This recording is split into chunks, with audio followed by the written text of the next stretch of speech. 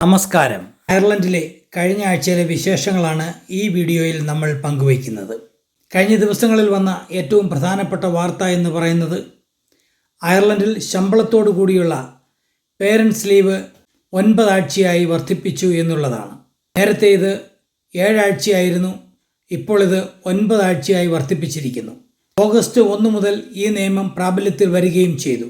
കുഞ്ഞിന് 2 വയസ്സ് തികയുന്നതിന് മുൻപ് ഈ അവധി രക്ഷിതാക്കൾക്ക് എടുക്കാവുന്നതാണ്. 2024 ബജറ്റിലാണ് ലീവ് വർദ്ധിപ്പിക്കും എന്ന പ്രഖ്യാപനമുണ്ടായത്.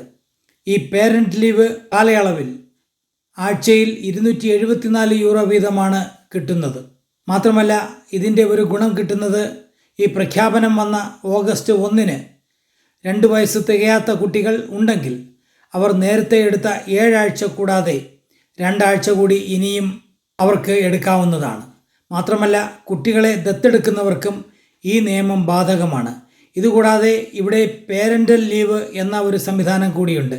അതായത് കുഞ്ഞുങ്ങളെ നോക്കാനായി ശമ്പളമില്ലാതെ എടുക്കുന്ന അവധിക്കാണ് പേരൻ്റൽ ലീവ് എന്ന് പറയുന്നത്. ഈ ലീവ് 26 ആഴ്ച വരെ നമുക്ക് എടുക്കാവുന്നതാണ്. പക്ഷേ ശമ്പളം കിട്ടുകയില്ല. എന്തായാലും ഈ നിയമം രാജ്യത്തെ രക്ഷിതാക്കളെ വലിയ രീതിയിൽ സഹായിക്കും എന്നുള്ളത് ഉറപ്പാണ്. ഈ നിയമം നടപ്പിലാക്കിയതിൻ്റെ ക്രെഡിറ്റ് അയർലൻഡിലെ ഗ്രീൻ പാർട്ടിക്കാണ് പോകുന്നത്. അടുത്ത മറ്റൊരു വാർത്ത ഭീതിയോടെയാണ് അയർലൻഡിൽ നോക്കിക്കാണുന്നത്. കഴിഞ്ഞ കുറച്ച് ദിവസങ്ങളായി UK-യിൽ നടന്നുകൊണ്ടിരിക്കുന്ന കലാപങ്ങൾ പതുക്കെ അയർലൻഡിലേക്കും വ്യാപിക്കുമോ എന്നുള്ള ഭീതിയിലാണ് അയർലൻഡ്. കാരണം അയർലൻഡിനോട് ചേർന്ന് കിടക്കുന്ന UK-യുടെ ഭാഗമായ നോർത്തേൺ അയർലൻഡിലെ പല ഭാഗത്തും പരക്കെ ഏറ്റുമുട്ടലുകൾ നടക്കുന്നതായി റിപ്പോർട്ട് വന്നിരിക്കുകയാണ്. കുടിയേറ്റക്കാർക്കെതിരെയാണ് ആക്രമണങ്ങൾ ഇപ്പോൾ നടന്നുകൊണ്ടിരിക്കുന്നത്. പോലീസ് പലരെയും അറസ്റ്റ് ചെയ്യുന്നുണ്ടെങ്കിലും വരും ദിവസങ്ങളിൽ ഇത് കൂടാനുള്ള സാധ്യത ഉണ്ടെന്ന് മുന്നറിയിപ്പും പോലീസ് നൽകുന്നുണ്ട്. കഴിഞ്ഞ ആഴ്ചകളിൽ ഡബ്ലിനിലെ പുലോക്കിലും അതുപോലെ അക്രമങ്ങൾ നടന്നിരുന്നു. ചെറിയ തീപ്പൊരി വീണ് തീ കത്തുന്നത് പോലെ ഇത് ആളിപ്പടരാനുള്ള സാധ്യത തള്ളിക്കളയരുത്. മാത്രമല്ല, ഇന്ത്യയിൽ നിന്നും ധാരാളം ആളുകളാണ് അയർലൻഡിൽ ഇപ്പോൾ കുടിയേറിയിരിക്കുന്നത്. കഴിവതും ഒറ്റയ്ക്കൊന്നും കറങ്ങി നടക്കാതിരിക്കുക. അതുപോലെ തന്നെ പബ്ബുകളിലും മറ്റും പോയിരുന്ന് മറ്റുള്ളവരുടെ ശ്രദ്ധ പിടിച്ചു പറ്റാതിരിക്കുക.